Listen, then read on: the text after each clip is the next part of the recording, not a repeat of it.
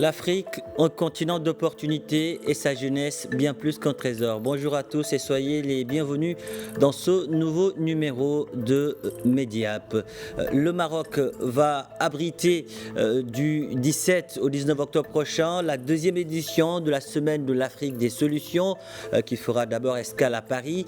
Cet événement célèbre l'Afrique dans toute sa résilience, une Afrique portée par ses enfants connectés et très entreprenants qui, dans différents domaines, apportent des solutions qui nous facilitent la vie au quotidien. Le journaliste Léon Songbadji est le président fondateur de la Semaine de l'Afrique des solutions. Il est en direct de Paris avec nous. Léonce, bonjour et merci d'avoir accepté notre invitation.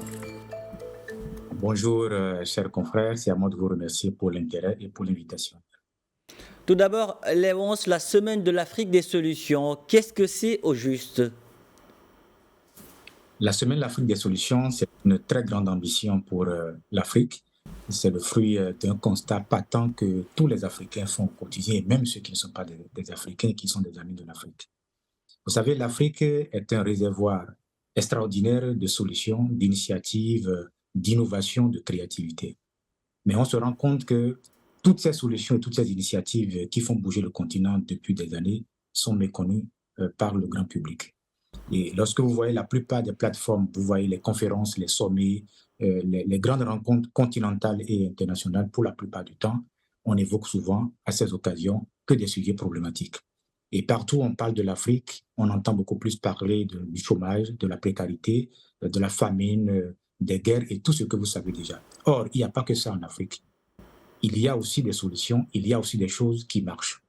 Mais pourquoi il y a autant de solutions sur le continent? Aujourd'hui, vous avez des Africains en Afrique et dans les différentes diasporas qui fabriquent des drones agricoles, qui fabriquent des applications digitales, des voitures à hydrogène, c'est le cas au Maroc, qui fabriquent des téléphones à commande vocale, des ordinateurs portables, des bornes de téléconsultation, des mallettes médicales, des drones agricoles pour inventer l'agriculture de demain, des gens qui vont ramasser des déchets plastiques et les transformer en poubelles écologiques ou en briques autobloquantes ou même en maillot de bain.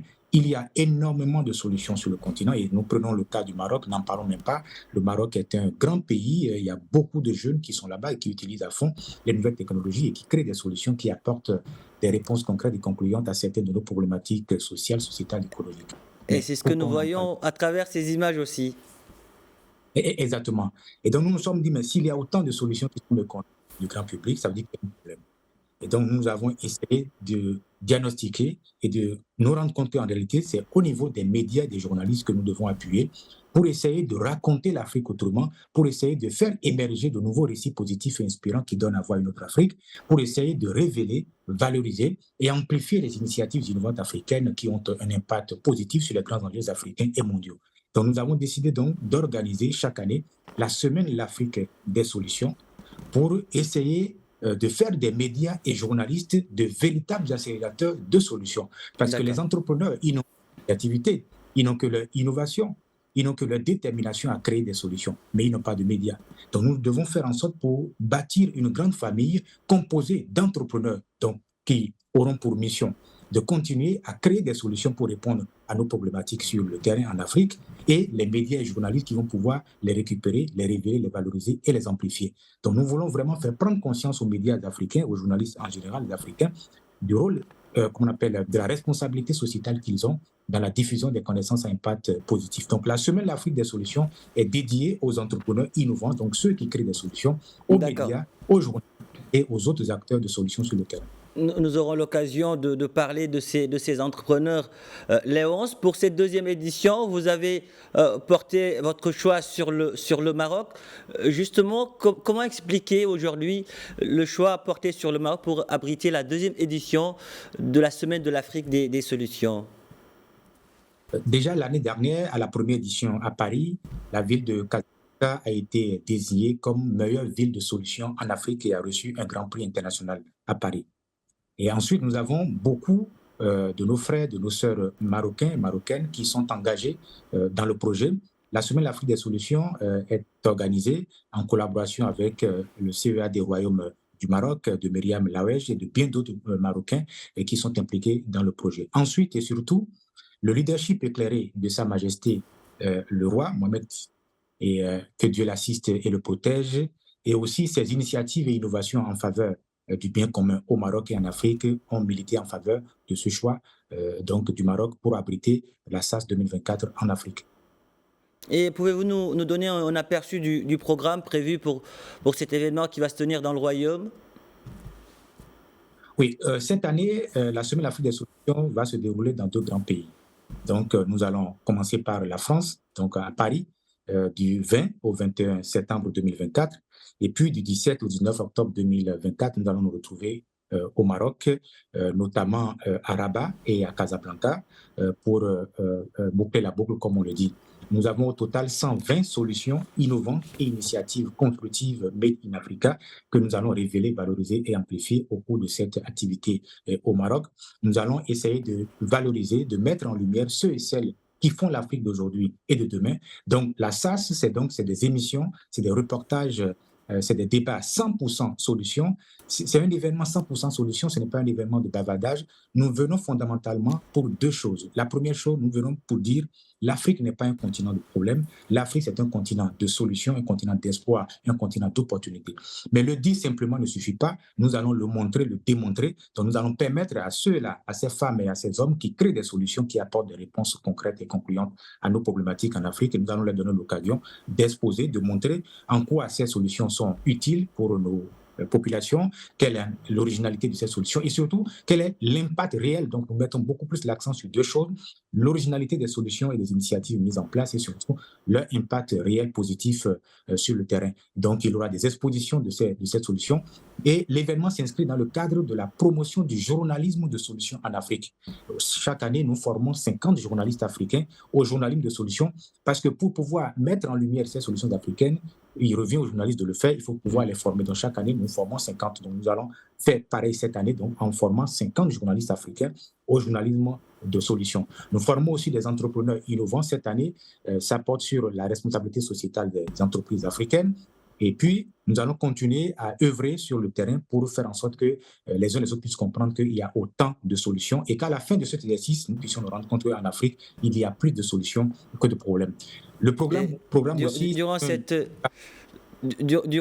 cet événement, ces solutions seront primées. Léonce, maintenant, on va en venir un peu au rôle de la diaspora africaine. Quel rôle peut-elle jouer ou bien va-t-elle jouer durant cette semaine de la solution, des solutions, la semaine de l'Afrique des solutions? La diaspora africaine, elle est riche, elle est diversifiée, vous le savez, et elle accompagne beaucoup l'Afrique et elle fait partie... comme on appelle, des vecteurs qui accélèrent le développement humain durable en Afrique. Et vous savez que beaucoup de nos solutionnaires africains vivent dans les différentes diasporas. En Europe, ils sont beaucoup ici. Aux États-Unis, n'en parlons pas. Donc, nos solutionnaires sont un peu partout. Donc, nous sommes en train de les mobiliser, de les engager, parce que l'Afrique des solutions, cette Afrique nouvelle que nous voulons de tous nos voeux, cette Afrique créative, cette Afrique innovante, c'est ensemble que nous allons la bâtir, c'est ensemble que nous allons la construire. Donc, la diaspora africaine, elle est fortement impliquée dans l'organisation de la Semaine de l'Afrique des solutions. Et vous l'avez vu l'année dernière, il y avait plus de 2000 personnes qui ont pris part à la première édition et cette année, nous voulons aller jusqu'à 3500 personnes en France et au Maroc, nous allons en avoir beaucoup plus. Donc, la diaspora africaine fait partie de notre public cible et nous travaillons avec tous les Africains et même les amis de l'Afrique parce que la Semaine de l'Afrique des solutions, ce n'est pas un événement entre Africains, c'est un événement international parce qu'il y a des solutions européennes, des solutions américaines et autres, asiatiques et autres qu'on peut utiliser pour régler des problèmes en Afrique comme des solutions africaines qu'on peut utiliser pour régler des problèmes européens, des problèmes américains. Donc, nous travaillons étroitement avec la diaspora africaine et des organisations africaines qui sont beaucoup plus impliquées dans cet événement. Et quelles sont les principales thématiques qui seront abordées lors de cette édition? Cette année, la thématique porte sur médias et entrepreneurs, accélérateurs de solutions pour l'atteinte des objectifs de développement durable. Nous avons 7 tables rondes au total, dont 4 principales. Donc, nous avons l'environnement, l'éducation, la santé et les nouvelles technologies. Il s'agira, dans le cadre de ces 4 tables rondes-là, d'aller mettre en lumière quelques solutions. Nous en aurons 120 que nous allons mettre en lumière cette année, 120 solutions innovantes africaines cette année.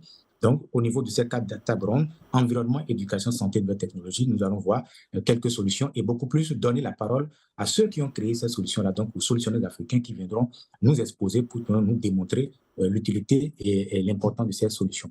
Nous avons trois autres tables rondes intermédiaires. Donc, il y aura une table ronde consacrée aux médias. Et donc, nous allons voir avec des patrons de presse, avec des journalistes pour voir comment nous allons faire émerger de nouveaux récits positifs et inspirants sur le continent et dans les différentes diasporas. Et cela s'inscrit dans le cadre de la promotion du journalisme de solutions, diffuser des connaissances à impact positif pour donner envie d'agir au plus grand nombre par le levier de l'inspiration.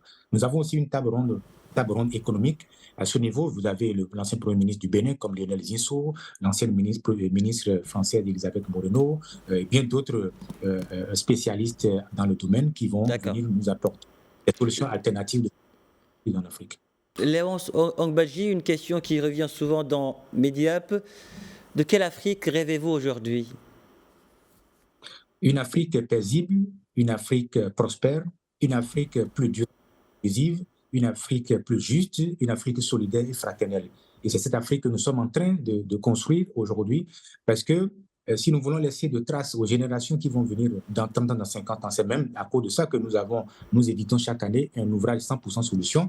Vous avez celui-ci, c'est l'Afrique des solutions qui est sorti l'année dernière, où nous avons pu identifier 100 initiatives innovantes et constructives qui font bouger l'Afrique. Donc chaque année, il y aura un ouvrage 100% solutions où nous allons identifier des solutions africaines pour pouvoir laisser des traces aux générations qui vont venir dans 30 ans, dans 50 ans, pour qu'elles ne viennent pas dans un monde où il n'y a plus rien, mais qu'elles viennent dans un monde où il y a de l'existant et elles vont pouvoir s'en inspirer pour mieux faire. Donc nous voulons bâtir vraiment une Afrique nouvelle et c'est ensemble que nous allons le faire, Africains ou amis de l'Afrique, nous voulons tous nous engager dans cette dynamique nouvelle. Léonce Ongbaji, merci pour toutes ces précisions. Merci d'avoir répondu à nos questions. L'Afrique est fière de vous. Merci. Merci, c'est à moi de vous remercier. J'ai hâte de vous retrouver au Maroc, ce grand et beau pays. Merci Léonce. Voilà qui referme ce numéro de Mediap. Merci de l'avoir suivi. Où que vous soyez, prenez soin de vous et allez jusqu'au bout de vos rêves. N'abandonnez jamais.